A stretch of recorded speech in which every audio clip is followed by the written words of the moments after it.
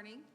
Good morning. On behalf of Court Services, we are requesting a grant in the amount of $35,000 from the State CASA office to help our CASA program better serve the children in need of services in Morgan County. Due to the influx of children in need of services, we are currently, in 2020, we were only able to serve about 58% of the children that were in need of a CASA volunteer. So this $35,000 grant would go to paying for a contractual employee to assist in the CASA office and keeping track of those cases that are waiting for a CASA volunteer and helping assign volunteers, attend court hearings, write reports, and things like that.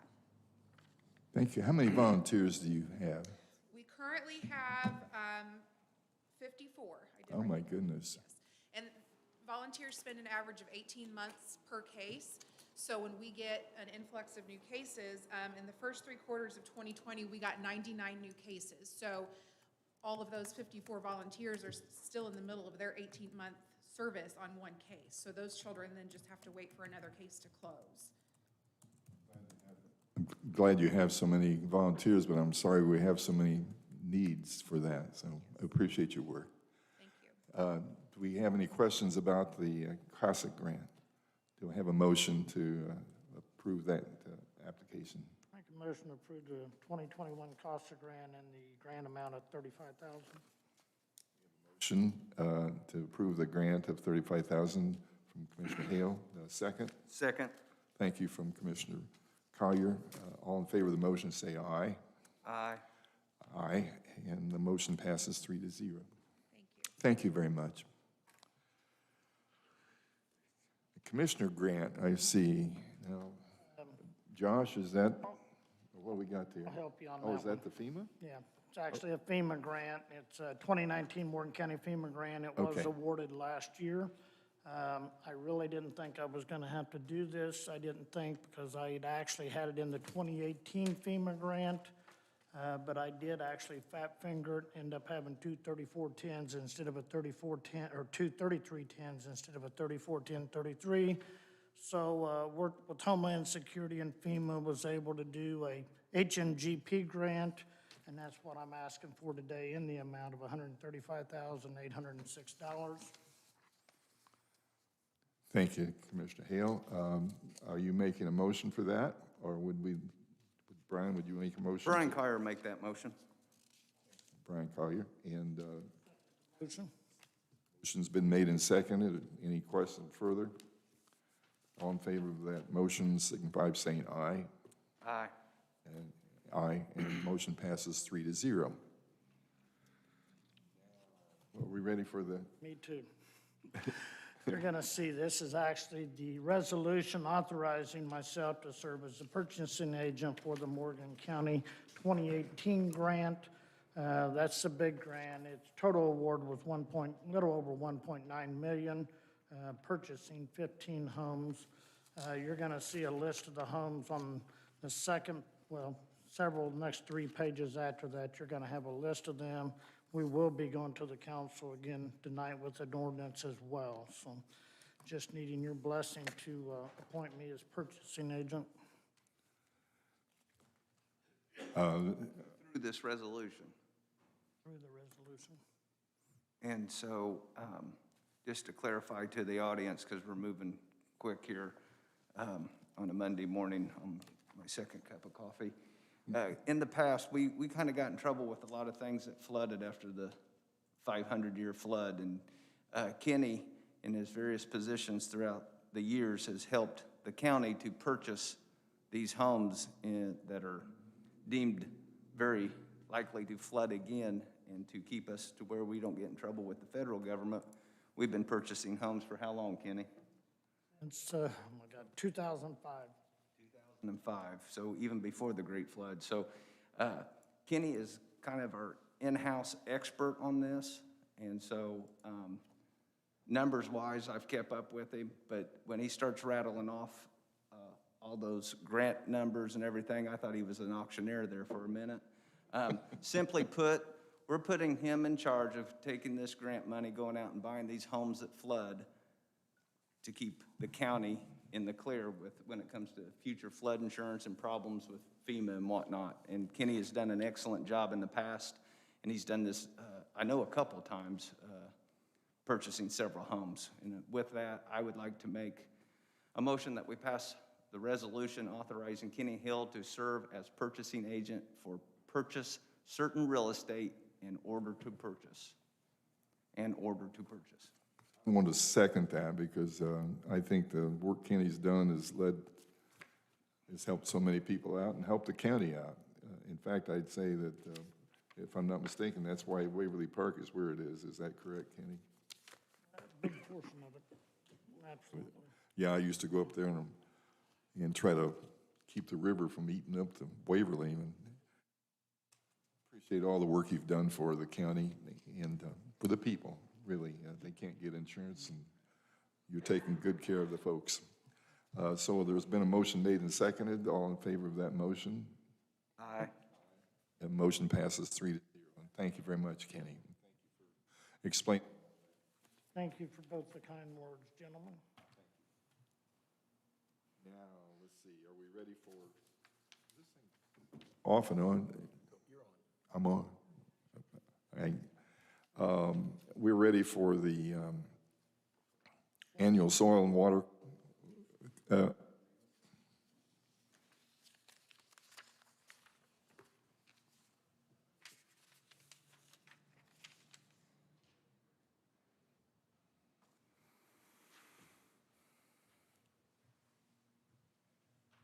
there, guys. Hello, good morning.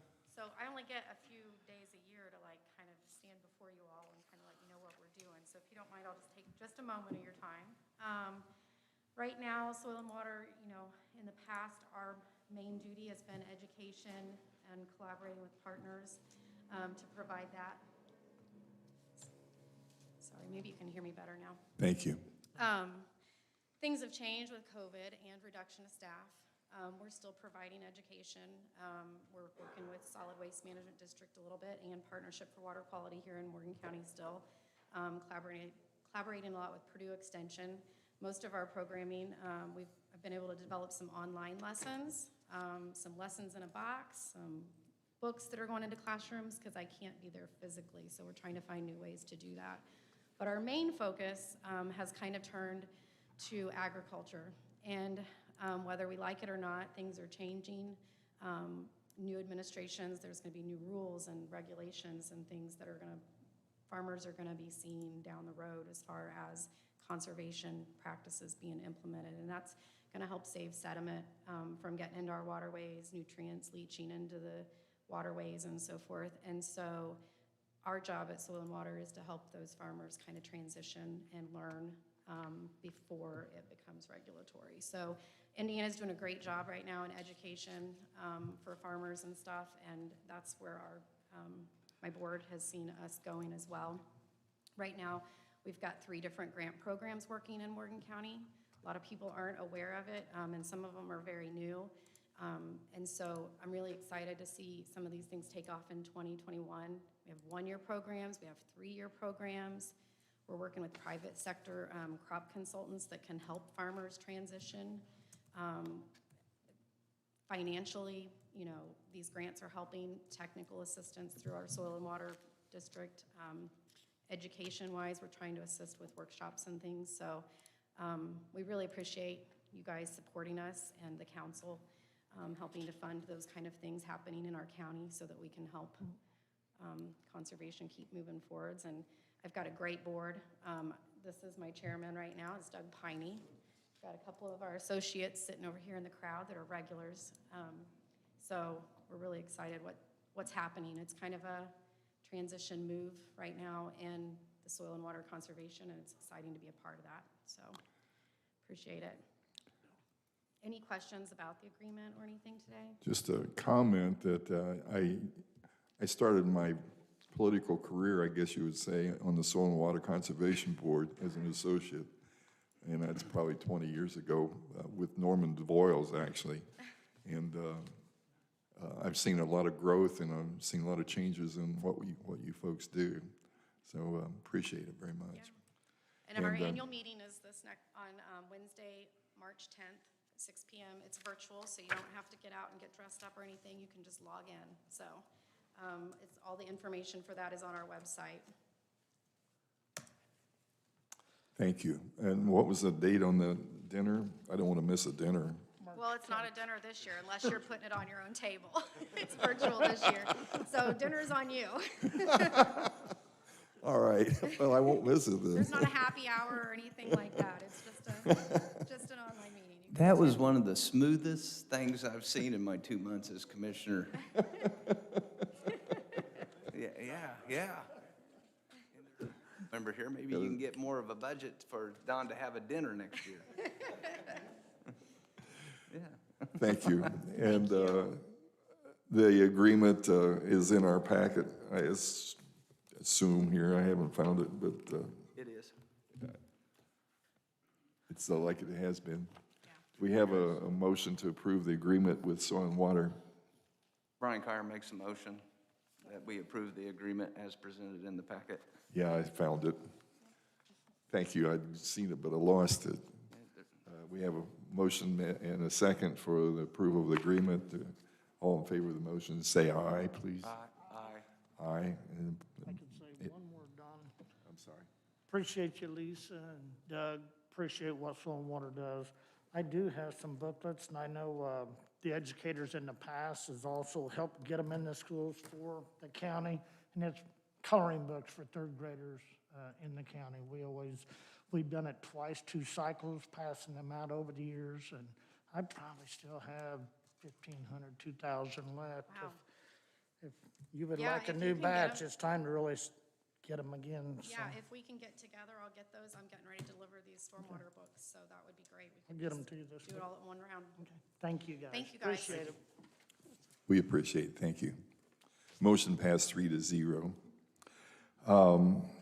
We have, on the next item on the agenda is the standard operating guidelines for the Morgan County EMS, but I didn't see Donnie. We got Josh, what's up? Good morning, gentlemen.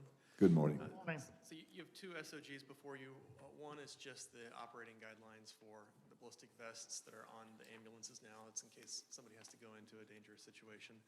They've been using them, but under the auspices of this SOG, but it just hasn't been before your board to be ratified yet. These are essentially extra conditions that EMS puts upon their employees, but they always come before you all first. So that's the first one, care and how to take care of the ballistic vest. The second one, we preempt students. We bring them on to essentially shadow. Usually it's students from Ivy Tech. Insurance wanted us to put an SOG like this into our handbook to make sure that we're providing all the coverage we need. So we have everything squared away to make travelers happy now once you guys ratify this. One comment on the ballistic vest to address some of the current concerns that were brought to me by the employees. If a situation doesn't constitute wearing the vest in and then it goes bad and they get hurt, they were worried that by not having the vest on, that they would get in trouble or not be covered, and I said no. No, these are high recommendations through the SOGs, but if it turns sour real quick and you don't have it on, there's nothing in this that gets you fired. Yeah, that's right. So I wanted to go on the record that I did look at that. If there's no other comments, I'll make the motion that we adopt the SOG and directions for personal protective body armor, also for the SOGs and directions for precepting for non-Morgan County EMS employees, EMT, paramedics, level students. Second. Thank you, Commissioner Collier, and the second from Commissioner Hale. All in favor of that motion? Aye. The motion passes 3-0. Thank you. And thank you for your comment. I covered up my agenda here. Hang on a second. I got it. Reopening discussion. That's reopening the building.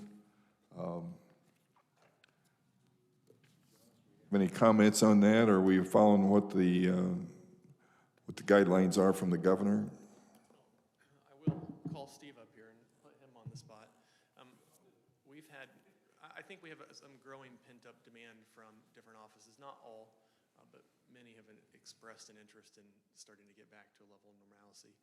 And speaking with Commissioner Collier, one of the things he mentioned is we'd still like to encourage people to make appointments, but look at unlocking the door as we move back into yellow as a county. So that's the discussion that's before you all today is what are you comfortable with? What would you like to do? And move that process along, but I'll let Steve kind of give an update on where we're at today. All right, thank you.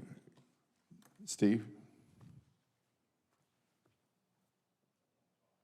Well, we're moved into the yellow now from orange, and I track the numbers every day, and they are progressively moving downward. As far as opening the building up, it's strictly up to you, but I think we need to limit the amount of people where we can have events up to 100 people now under the yellow. So that might expand this type of meeting a little bit if you so choose. As far as public access, I'll leave it up to you. I'd still like to see the numbers come down a little bit from my standpoint before, if you want my opinion, before I'd open them up, but that's just my viewpoint. Well, it's good to see the numbers coming down, that's for sure. Let's comment from the board. What's your gentleman feeling?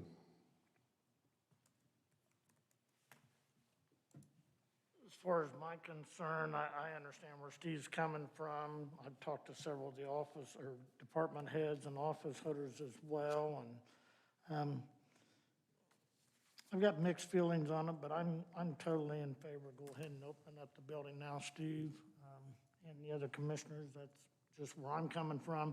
I would highly encourage, like Mr. Collier, call and make your appointments and try to see what we can do that way, but, Dan, you have a, That's very confusing guidance. Opening the building to the public, but then encouraging making appointments, that adds confusion. Either do one or the other. it wouldn't be mandated, but strongly encouraged. yeah, I mean, it's not mandatory, confusing. but, yeah. What's confusing about it? You're opening it to the public, but then you're encouraging appointments. How are you gonna do both? Let me add this from my standpoint. My business does it every day. You Your can have an business- appointment, or you can come in and drop off. Your business is a private business. Your business isn't a public building. From the clinic standpoint, what I've experienced. I'm is- clear on that. Okay. From the clinic standpoint, the appointment really don't mean nothing. Because I have people that have appointments at 3 o'clock in the afternoon showing up at 10. So it's, like Dan's saying, it's an either or type thing because people are gonna do what they wanna do. But I sort of, appointments I don't think is gonna do any good unless it's appointment only. It's just my personal experience, so. I'm sorry. That's true. I mean, that is the fact. Say that again, because I missed a fact. You can have an appointment with somebody, but they're gonna show up when they wanna show up. Like I said, we've got people that have appointments at 3:30, 4:30, showing up at 10, 11 o'clock. In the morning, we're supposed to have 4 people, 9 o'clock, and I literally have a line through the front of the door that I have to sit people down and call them in because the appointment is just a mere suggestion to them. If you've got an open building, they're gonna come in. So, What do we do for, let's say we have appointment only, and we have a phone, everybody carries a phone. If we have appointment only, You're gonna have them walk in. They're gonna well, come I to mean, the if there's somebody at the door, that's what I'm wondering. Well, we haven't had anyone at the door. I think staffing somebody at the door, if you want EMS there, they're busy, they're helping out with the clinic, and they're short-staffed as it is, If you want someone at the door, you need to hire someone that their job is to be at the door. If you don't have someone at the door and the door's open, you can have a sign out there that, we're appointments only, but they're gonna walk on in. We're gonna spend our time explaining to them that you have to be here by appointment.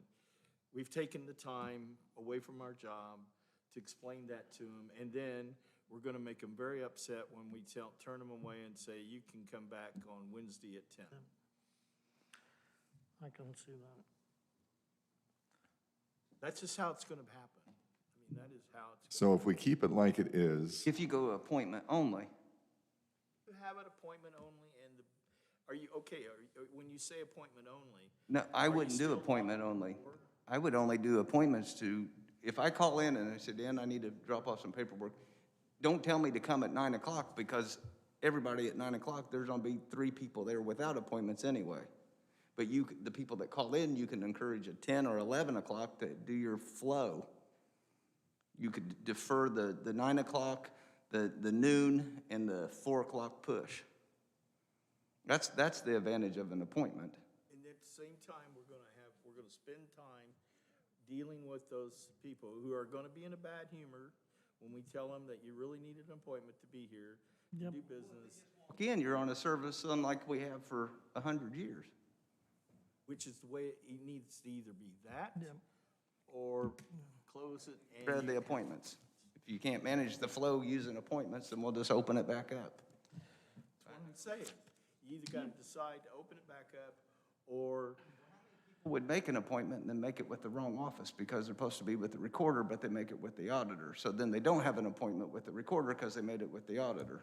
That will happen more times. That will happen. Yeah, That will happen. but you talk about the last 2 or 3 meetings that I've left, you go out and people are very upset outside because they can't even get into their government building, shaking their heads, reading all the posters that are on the thing. I've witnessed it the last 3 times I've left. Well, I would. I actually had one ask me who I was and how I got in. Right. If you're gonna open, though, I do recommend, whether it's EMS or somebody else, someone there's screening, because, Because yeah, none of us are because gonna people, dedicate people are gonna come in sick, and that's what you wanna avoid. So, to somebody, because. I mean, you don't have to screen, check everybody's temperature, but at least talk to them for a minute, ask them if they're feeling okay before you let them in. Somebody that knows what to look for. So that'd be the only recommendation I have, because you have to control sick people coming into the building. And I'm probably not got a lot of that, but it only takes one to start making people sick. I'm also going to go on the record and probably upset a lot of people, is that our employees have the right to refuse service to someone that's not wearing a mask, period. Exactly. We're still in a zone, and unless you got some types of issues, if you have breathing issues and are exempt from wearing a mask, and that should be known by calling in, and there could be precautions made prior to your arrival. We definitely have to have masks. And that needs to be. Wanted to go on the record as saying that And that person at the front door would enforce that. any employee can enforce Any that. department can enforce it. we don't have them. We've run this cow around the barn a couple times. Let's get a motion on the floor and a second, and then I think we've heard all the discussion, unless we have some more. Makes a motion that we open up the building as of today. Period. But could you say that the masks would be required? Masks are mandatory already, yes. Yeah, I think it's still the governor's, it's still on his list, and we can ask people that it be understood that the I'm not people, worried the about the employees could mandatory. I think it's require. just a common courtesy, and I'll second that motion. Okay. So let's clarify the motion. We're opening it and we're requiring masks. Is that correct? Correct. All in favor of that motion, say yeah, aye. Can you have questions? Question? So what about someone at the front or at the door? I don't think there's anybody at the door. No, there isn't. No, there's not. Dan, just my 2 cents. I know the prosecutor's office, when you go over there, you get your temperature checked, and you go around Title 4D, they do the same thing. Go into the office. Yes. Right. And I mean, which we'll do in our office. that's what I think we ought to leave it up to individual offices, because you're gonna have some that's gonna wanna screen people. You're gonna have other offices, departments that probably are not gonna do it, so. Wanted to know what. Yep, That's my 2 Your cents on it. anticipation was someone being at the door. No. That's my question. Sorry. Questions on the motion? Are you clear on the motion? Okay, all in favor of the motion, say aye. Aye. Aye. Motion passes 3-0, and thank you for your comments. Josh? Real quick, Dan, since you're not shy, if it becomes a problem with people with no mask, or immediately call me. Sure will. Well, we will tell them to leave. Yeah, but if it becomes a problem to where we're getting a lot of abuse, then we will work out with EMS and get somebody back at the gate. So just to add a little bit to that discussion, I'll communicate with the employees today. We'll get thermometers ordered for each office, because currently we wouldn't have enough for each of the offices. Also, just to be clear, the courthouse was not part of your guys' original order, so you may still get calls from people saying, well, why can't I get into the courthouse? But the judges are looking at this, and I had hoped to hear from them today, but I hadn't. So that will probably be opening fully again soon too, but if you get a call today as to why it's not open, that's why. I'm sorry, Josh, I missed that. If we get a call today from the courthouse? Yeah, from people wanting to get into, the records office or something over in the courthouse. Your initial order did not include the courthouse. They let the It judges make includes the that decision. administration building? Yeah. Correct. And probation Right. and prosecutor and some of those other offices. Okay, understood. Everybody, okay, understood. And thank you for getting you're going to get the thermometer testing thing for every office. Thank you. Appreciate that. Okay, any other questions on that? And the motion is passed. Next item on the agenda is land use resolution. You want me to do it? Is that you?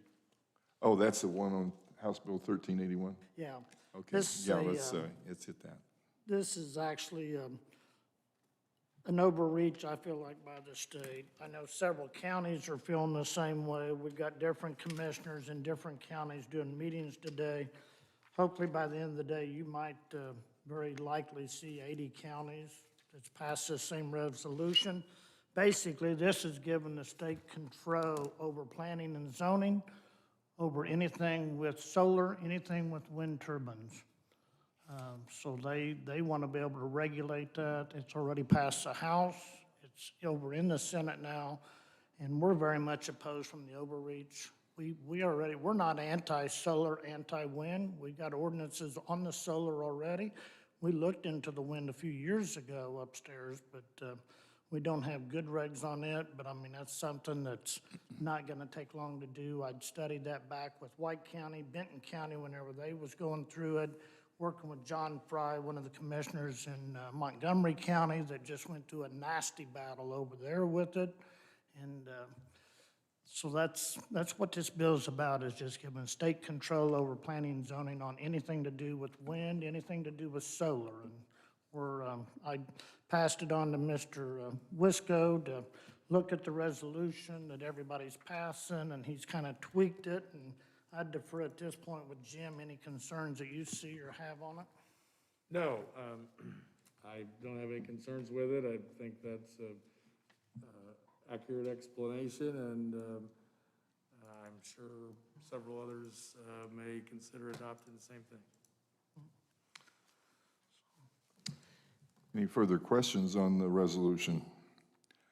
It's just kind of a grab from the state to take over what we've been doing. And that doesn't sound like something very appealing to me. And I think several other counties, and including the Commissioners Association, is very much in support of this. So are you making a motion, sir? I would definitely make the motion. I'll go on record as saying there's several counties that's already passed it, but there's a lot of them just doing it today, I know. But yes, I'd make a motion, that's for sure, to pass a resolution on land use opposed to House Bill 1381. Do we have a second? Brian Carter seconds. And then a second on the motion, on the resolution, to approve the resolution on the land use on House Bill 1381, to approved House Bill 1381, I should say. All in favor of the motion, say aye. Aye. Aye.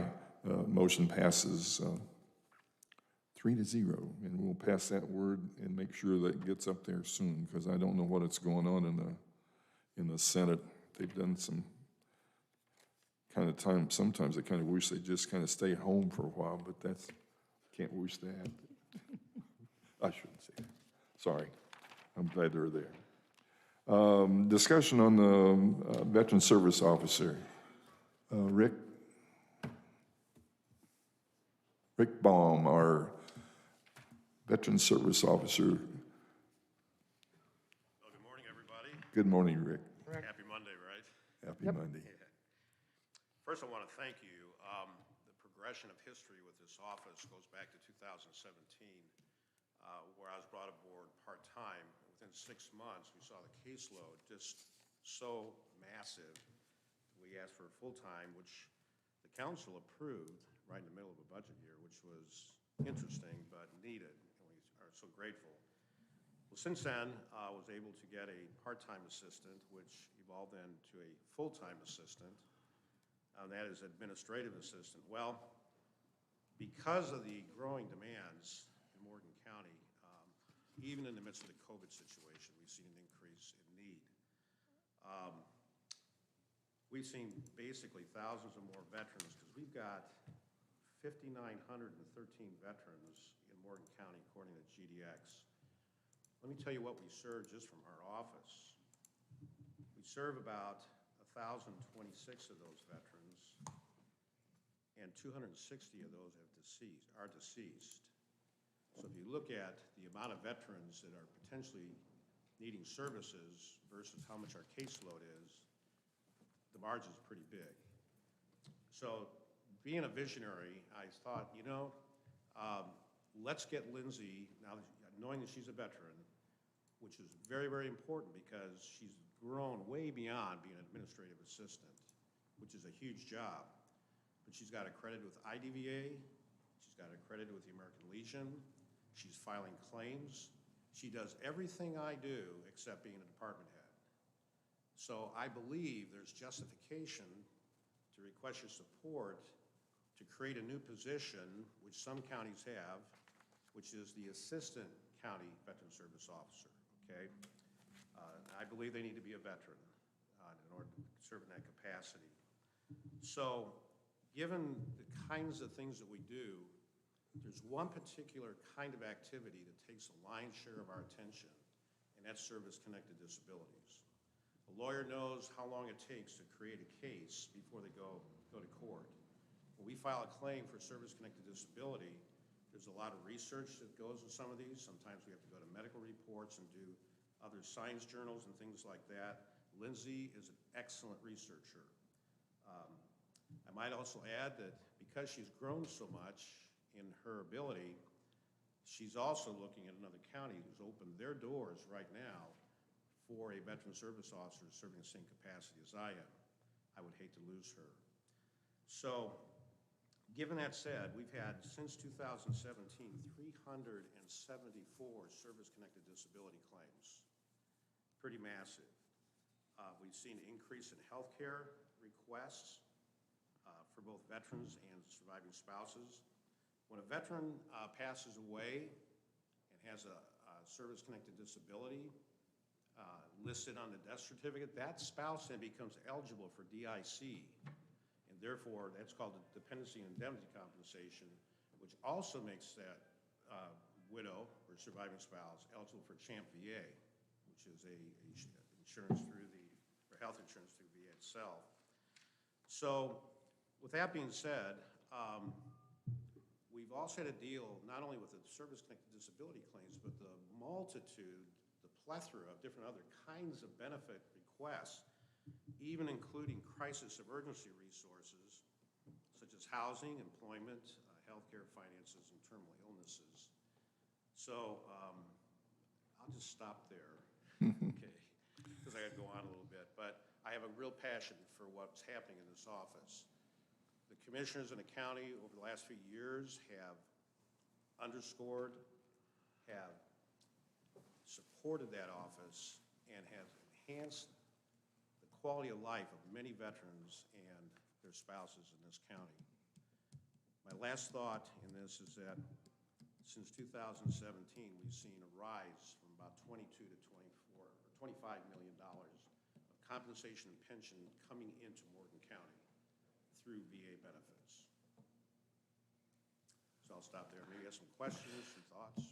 I got some thoughts, Rick. It's, the commissioners have only been a small part of it. It's all what you and your office has done for these veterans. I salute you for that. I can't thank you enough for what all you've done. And I'm totally in support of this myself. Thank you, sir. Is the best number to reach you 349-5505? Yes. Okay. I know you're doing a good job because I'm getting phone calls from veterans asking the best route to go, which I send them to Deb. Thank you, Deb. I don't have all the phone numbers memorized here in the building. You can memorize mine. Yeah, I will now. I will say this too, word of mouth has been a good advertiser. I'm pretty proactive, okay? And I'm looking at ways to expand outreach, get a little creative. I'm working with Brian Schmidt, who is the Central West District Service Officer with the Indiana Department of Veterans Affairs. So we're working together right now to develop a template of what we can do here for Morgan County to fan and flame more interest instead of being just order takers, being more like order makers, if that makes sense. So, there you go. Thank you, sir. I appreciate the information of service to the people in the county, and as you mentioned, the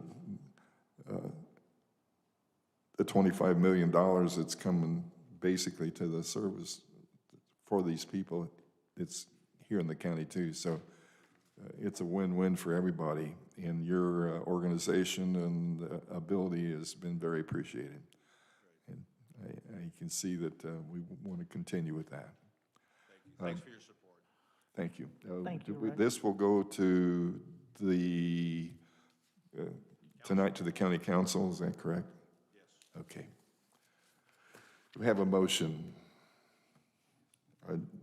Go ahead and make a motion that we forward our support letter to the Morgan County Council for the Morgan County Assistant Veteran Service Officer's position in the amount of $44,000 for a 40-hour work week. Second. Motion's been made and second. Any further discussion? Thank you, Mr. Baum. Thank you. All in favor of the motion, say aye. Aye. Motion passes 3-0. Park reservation request. Kenny, is that your neck of the woods? For a wedding. It's actually Bill Van Horn, the minister up there at the United Methodist Church up there in the park. It's his granddaughter, and he's planning that he's going to be marrying him, but he's also going to be there during the whole event. So I would make the motion, we go ahead and bless this request. The church and the pastor's been so dark over the years. I just am wholeheartedly support of it. Thank you. We have a motion to approve this request. Any questions, or we have a second? Brian Collier seconds. Is there any questions on the motion? Any more discussion? All in favor of that motion, say aye. Aye. Aye. Motion passes 3-0. Updated job descriptions. Josh? This is kind of the culmination of the process. Late last year, Donnie asked to make a change in their organizational structure and modify the job descriptions. That's been working its way through the process, even though everyone already went ahead and gave the green light. And so this is the final step.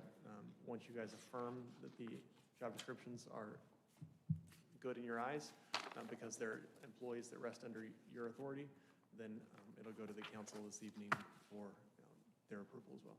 Okay. Josh, for my own information here, if we pass this motion, will you present it or will I present it? Who needs to present? I'm happy to do it. Okay, well, I'll probably be here. We'll talk about it soon. All right. Job descriptions, questions, or motion first. We have a motion to approve send on to the county council, the job descriptions. I would like to make a motion that we table this. Second. Motion to table Yes. before the meeting this evening. I want more time to review this, and then I would like to have department head meetings and then go forward. Motion's been made and seconded to table. All in favor of the motion, say aye. Aye. I'll go with your concern, aye. We'll table that motion until further discussion.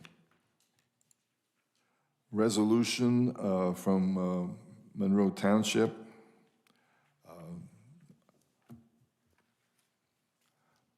Yes, sir. My Mr. name is Robert Burling. I'm a board member of Monroe Township Fire District. With me today is Mike Wagner, our chairman, and Stephen Bantham, our fire chief. We're here to request the approval by the commissioners of to increase our levy based on House Enrolled Act 1065. Page 1 of our presentation is from the DLGF. Page 2 is comments by our consultant. Page 3 is a resolution by the Fire District Board to approve. And the last 2 pages are the calculations by the consultant. For your information, our intention is to increase our number of people so we can have 24/7 people on site at the firehouse. As of now, we don't have that ability. And I'm sure that, I don't know that all of it will go to that, but at least 90%.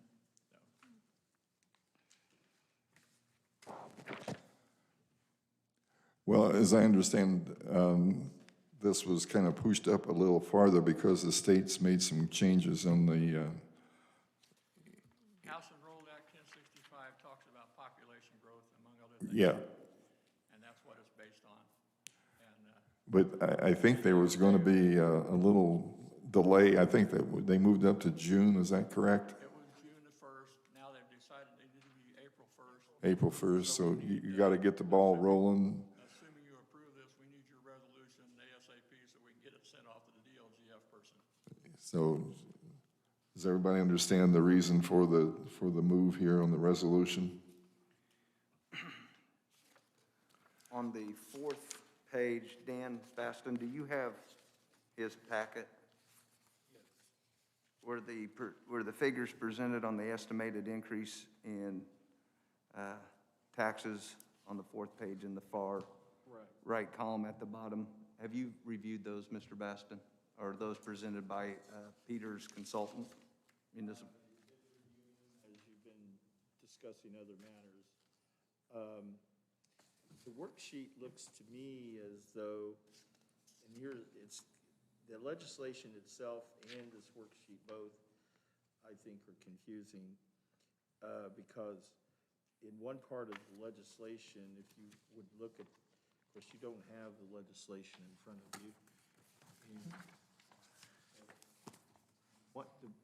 One part of the legislation, I'm trying to get back to that right now.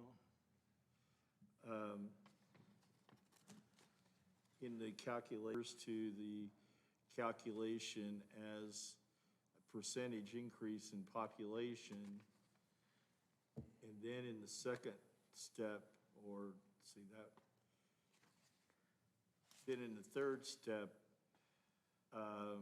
it then takes that percentage increase, or takes the increase in the population, which in this case, the calculation here of that, I actually haven't calculated the numbers, but the worksheet has formulas in it, so it calculates it for you, that they have a 12.34% increase in population, and then the constant or floor is 6%, and you subtract that. So the difference being the 6.34%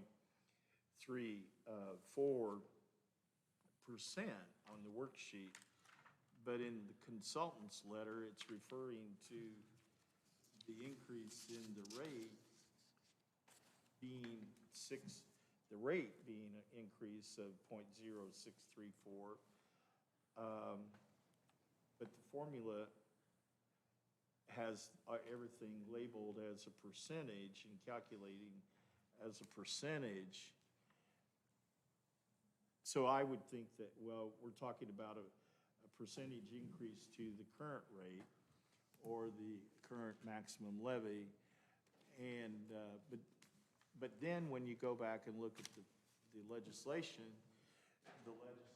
jumps from a calculation of a percentage to translating that into a rate. So to me, it's quite honestly very confusing.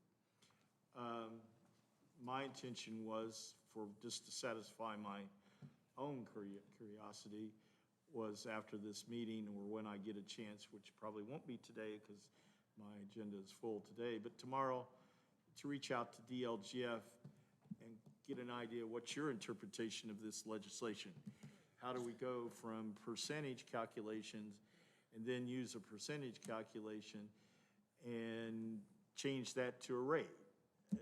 This legislation doesn't make any sense to me. I have a question. I think that it may have been you that told me that the DLGF is the final arbitrator of these items. They are. That's why I would And reach what I out to would them ask, tomorrow. what I would ask, and we've hired a professional consultant who has done this before, so I haven't reviewed the numbers totally. And the reason I didn't do this to start with was because I was not expert at these numbers and this kind of calculation. I'm just stating what And I'm I think reading. we should just send this off to the DLGF and let them say yes or no. That's what they can do. He asked if I looked at these calculations. Oh, sorry. I'm answering I didn't his- hear him. I'm answering I his didn't hear him. question. He had his mask on, so. I'm not trying to give an All right. opinion on whether they should pass it or not. I have no opinion about that. He just asked me. I'm just excited that you're here because I was sitting on the other board when we had to turn down to keep it within the request. So you finally got the horse in front of the cart. Where Yes, we've always, that's why I came to present this. You're here at the right time. And Right. rooted out Mike to let him present it, because I've been here before. yeah, the timing's right. I just, when you throw numbers at me and I'm gonna tax somebody, I just wanna see, I'm leaning on his expertise because he's way above I'll ever get. And so if he's kind of looked at this and got a grasp on it and says, yeah, this is within range, then I'm good with this. But you just explained that the legislation and the percentages to rates, I Well, follow would say you. probably anything that comes out of legislation anywhere is probably confusing. There's no doubt about that, Bob, and I just, in Dan's defense and all of our defenses up here, I mean, we just got this legislation, this I'm having a packet problem today. understanding you, even though I got my hearing aids in, so. So it is a little confusing to me as well, but the bottom line is, we got till April, you have till April 1st to pass this on, Actually, it says it's got to be in by March 31st. March 31st. So I mean, we got another meeting yet, and Whether the calculations are right or not is immaterial, really, at this point. They're really coming to you if you support their endeavor to try to get their levy increased. And they're here at the right time. The trouble no has doubt. been- Why I wanted to bring it up is to take it back to simple math and look at a homeowner who lives in a $100,000 home and say, it's gonna cost you $1.16 a month to have full-time fire service. I'm not sure of the numbers. I can tell you one thing. That's why I'm asking I can tell him, you- I and can and that's tell what you, I'm we looking had at. a I do meeting numbers. Recently at our fire station, one of our board meetings, and had some residents from the housing development that's north of us. And they were upset because one house caught on fire and it took two more houses out with it. And they wanted to know what was going on. And if we had talked to those people, I will flat guarantee you, we could show up with 50 people down here to tell you, yes, we want this done. And And I there's don't no want to pay doubt. more taxes. But yes, I want it done. And there's no doubt you guys are gonna explode. There's no doubt about that. Pardon? There's no doubt you guys are getting ready to explode. I mean, Homestead's just a start up there for it. I'm sorry, I'm final arbitrator, and the professional consultant has given us the information that she sees. I actually remember looking at this last year, and I remember seeing the population thing, and I'm pretty well agreed that the population that she came up with is what I thought it was. And then last year, there was a big argument about, from our DLGF representative, because I happen to be fiscal officer for 3 years. I'm glad that's over. But there was some argument about, well, you couldn't do that anyway because we don't have the census. Well, we just still don't have the 2020 census, but we've got what up to that date to tell us from the, so they've decided that they really need to do something about it, so. And we really need the money. Oh, I know you do. I know they're going out. We're very aware of that. It's really hurt on them. So. You done with me? Yes. Yes. Unless other questions. Thank you, Bob. I'm sorry to put it on you in a hurry, but Oh, well, I think it was moved up on you in a hurry. And that's not your doing, that was them. So well, I appreciate you. I discovered there's 3 things: a personal budget operation, a business budget operation, and a government budget operation, and they're all 3 different. Thank you.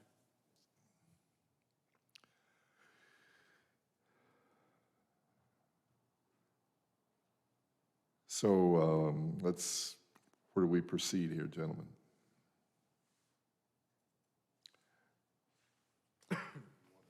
I guess our choices here is they need to have this in by what time? Go ahead. March 31st. March 31st? Okay. Go ahead. We've got Stefan. And I could be wrong on this, Dan, but I think the DLGF is going to control the numbers anyway. They're not going to let us control the levy increase. They're not going to let the commissioners control the numbers. The DLGF is going to say, this is what the numbers are. So, I mean, you and I don't believe have control of the numbers at the end of the day.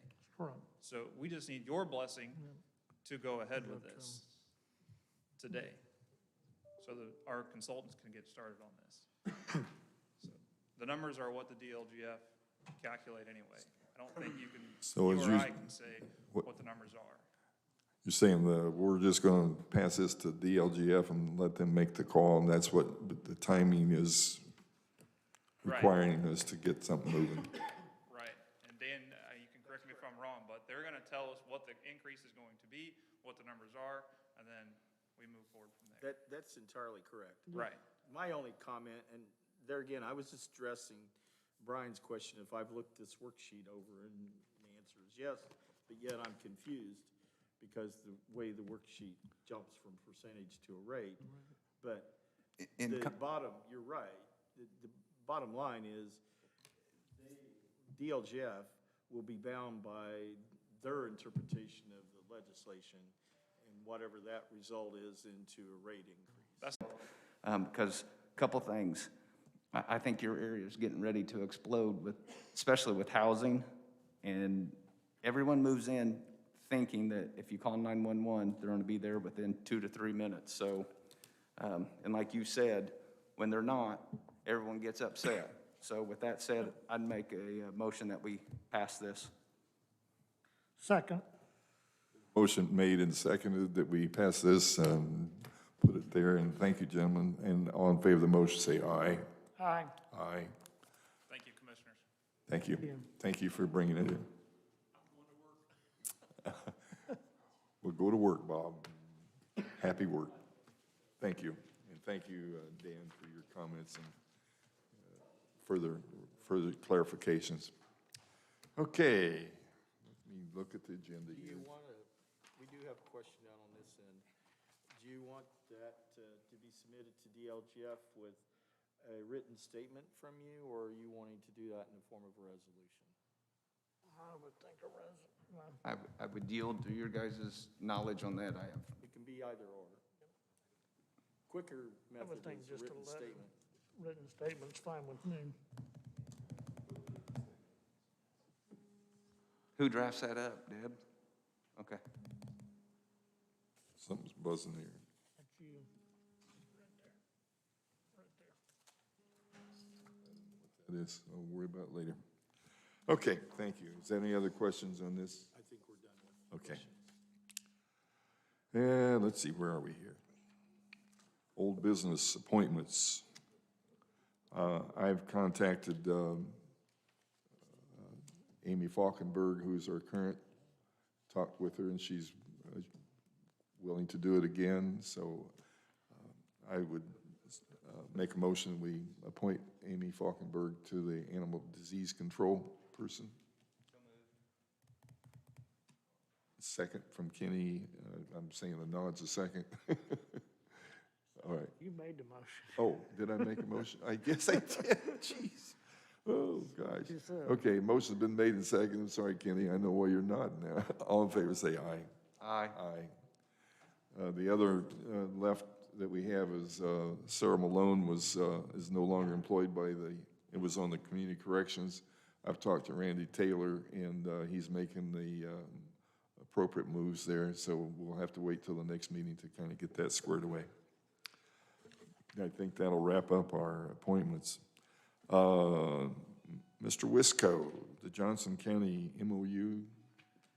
Yes, in your packet is a draft that I worked with Scott Hamilton, who may want to chime in on, as well as Josh, as well as my colleague in Johnson County. In her last communication to me, she indicates that she doesn't have any issues with the draft that's before you and anticipates it'll be adopted at their meeting. It's on their agenda for March 8th. With that, I'd be happy to answer any questions, and obviously I think Scott can explain the need and how this evolved. Okay, Scott. Okay, well, this is part of the locution project, and this is an agreement with Johnson County to use their locution server. Now, we have our own separate server here that really isn't our locution server. It's just our main domain server and takes care of the rest of our operations. But this saved us probably about $25,000 to maybe $30,000 by them allowing us to use a locution server, their server. And what locution is an automated dispatch system. Basically, it gives our dispatch people, it frees them up a little bit. Somebody calls 911, they enter the information into the CAD. Instead of having to go and dispatch that information on the radio, the computer system will automatically start sending the calls out. And here lately, as things have gotten busier, and I think Brian probably can attest to this, things have picked up quite a bit for us. We don't have to wait for a channel to come open. We can just keep entering the calls. If we have 3 fire runs or medical calls at the same time, that doesn't happen a lot, but it does happen. We can just keep entering those calls in, and it just puts them in a queue and just sends them out automatically. So our people are not sitting there waiting for the radio to open up. It takes care of that for us and automatically puts the calls out to everybody. So it speeds our processes up. It's better for the fire service people and the EMS people out in the field because, you know, one of the things that I can hear about complaints is, well, this dispatcher talks too fast, this one talks too slow, this one's too loud, this one's too quiet. This is the same tone, the same diction every time. And it just automatically just puts the information out. But this did save us quite a bit of money. We are in turn, part of this agreement is we're going to buy a CAD to CAD module for Johnson County where our CAD and their CAD will talk to each other because we do dispatch during mutual aid situations and with Bargersville taking care of Harrison Township. This will give us the ability to go ahead and enter the call. It'll send it straight to Johnson County and it'll automatically dispatch off their system any of their resources that we need. Instead of us having to make a phone call, that's a slowdown in the process where we enter a call, dispatch it, and then we have to physically make a phone call to Johnson County, and then they start their process. So this will speed that along too. And if Mooresville, they need to do some upgrading to their Spillman system, but if they would upgrade their Spillman system to GeoBase, mapping, then this would give us the ability to CAD to Mooresville, so when we're talking about using their resources, it would automatically enter into their system for dispatch. So that's kind of it in a nutshell. So it's kind of saving us 25 or 30,000. Yep. And I would say that's a very, very firm number with that, because we looked at this with buying the server as opposed to not buying the server and using Johnson County, and roughly $25,000-$30,000 in savings is what we're looking at. Were you asking about, or would you, and I'm sorry I missed it, but are we going to have to buy something too? Yes, we. How much is already that? in our project. Right off the top of my head, I think CAD's like $1,000. Okay, But we already had that so budgeted in the we're on project. we're on the top side then, that's good. Oh, yeah. All right. Any other questions to Scotty? MOU? Do we have a motion on that? Brian Kyer makes a motion that we adopt the interlocal agreement between Morgan County and Johnson County as presented. And seconded for the motion of the MOU to be approved. All in favor of is there any other discussion? All in favor of the motion, say aye. Aye. Aye. Motion passes 3-0, and thank you, Scotty. Thank you, gentlemen, appreciate it. Yeah, it's been on the agenda for quite a while. I'm glad we got her wrapped up.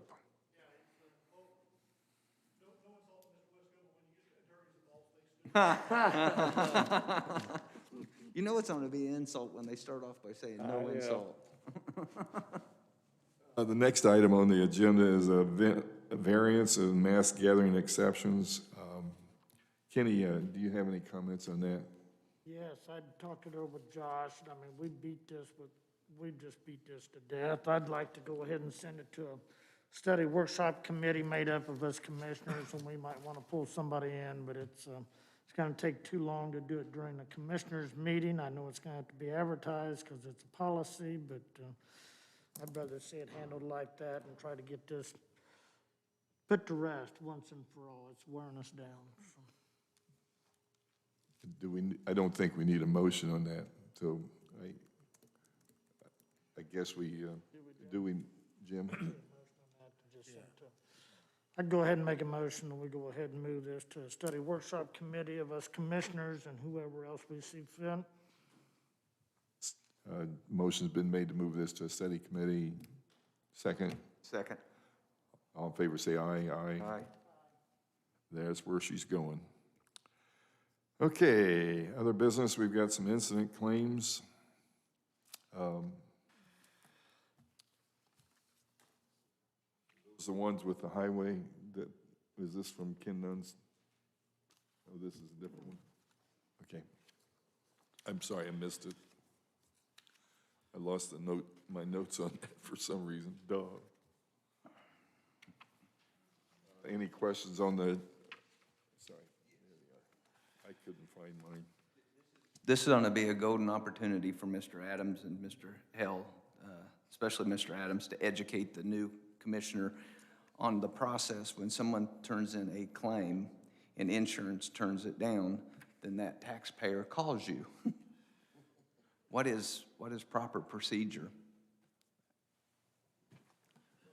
What's proper, I know what I will do is just simply say if it's turned down, it's turned down. And, What if they're bigger than me? say what? I didn't hear what you said. What if they're bigger than me?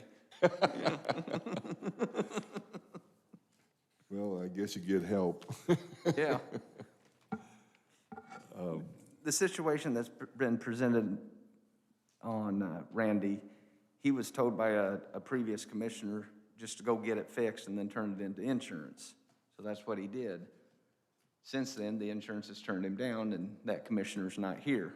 Oh. So now it's he said. And I just told him, unfortunately, I wasn't even on this board, but I would educate myself and see what I could do for them. It was with the trucks that, with the rock? Was Yeah, And I'm kind of like you, Don, if we start settling outside of the recommendation of the insurance and the attorneys and whatnot, you're opening us a huge can of worms. So I just wanted to make sure as a board that, I mean, I'm sure it's been done before, but I don't think it's a good practice to get into. Well, I think, I don't think we're bound by the former commissioner's request that it be done. I think that Okay. in this case, I would just simply say it was a mistake. The insurance turned it down, and that's the way it is. That's my thought. Any other questions on that particular point? A motion, I guess, so you don't get the phone call.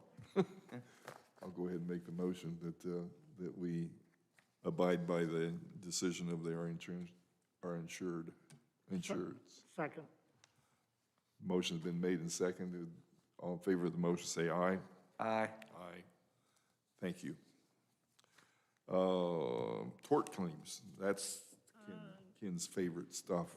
These are tort claims that we have received from the office of Mr. Nunn.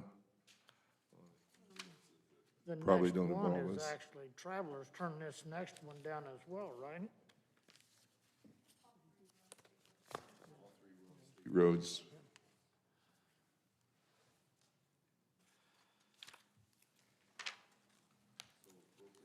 The appropriate thing to do there would just, I'm sorry, go ahead, Kenny. Three that's Ken Nunn, but you got one more that Travelers is turned down, it looks like to me. Same. That's the mailbox. And it looks like you haven't heard back from them. Okay. Put on the mailbox. Passed on to them, so. We don't do any action on this right now. Oh, okay. Kenny Howe makes a motion that we turn all four of these into the insurance. Okay. Motion's made to turn the additional incidents to the insurance company. All in favor, say aye. Aye. Aye. Pass 3-0. Pass those on. Additional appropriation request.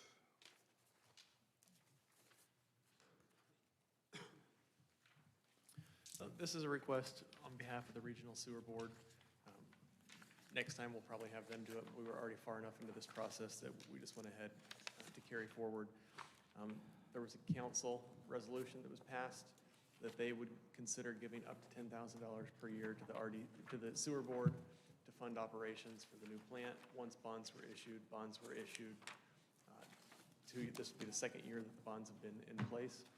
And so they have asked that we would lobby on their behalf to go before the council and ask for that money. So it's $20,000 we're asking for from you. With the information Dan had at the time, he did an additional appropriation advertisement for 10. We'll advertise for 10 more for the next council meeting, but we won't need to come before you all again if you're in favor of moving this request forward. Any questions on that addition request? And the original ordinance is in your packet that was passed. Okay. I have a motion on that. Kenny Howe makes a motion to pass on the additional appropriation letter to the council. Second. Brian Collier seconds. All in favor of the motion? Any other discussion on that? All in favor of that motion, say aye. Aye. Aye.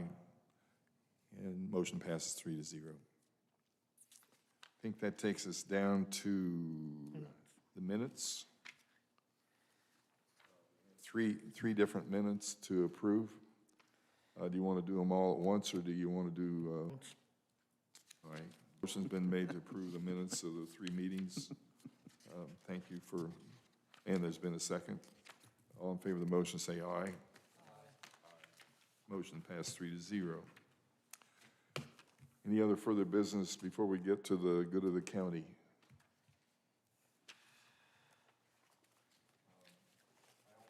Couple things, and you might have it in as well. There's a couple things going on we found out this morning, and it'll be advertised for you folks. We have a river cleanup coming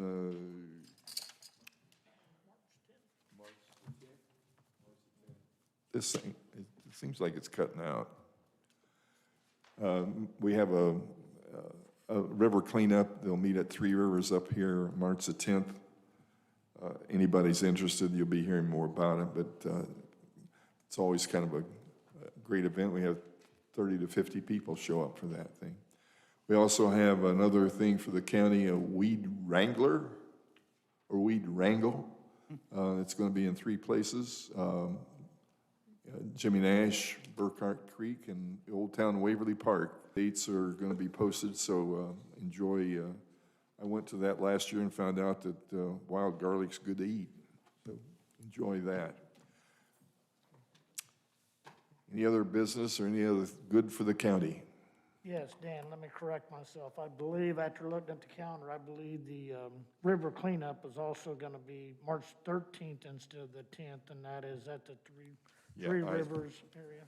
You're right, it's the 13th. Thank you for the correction. Any further business from the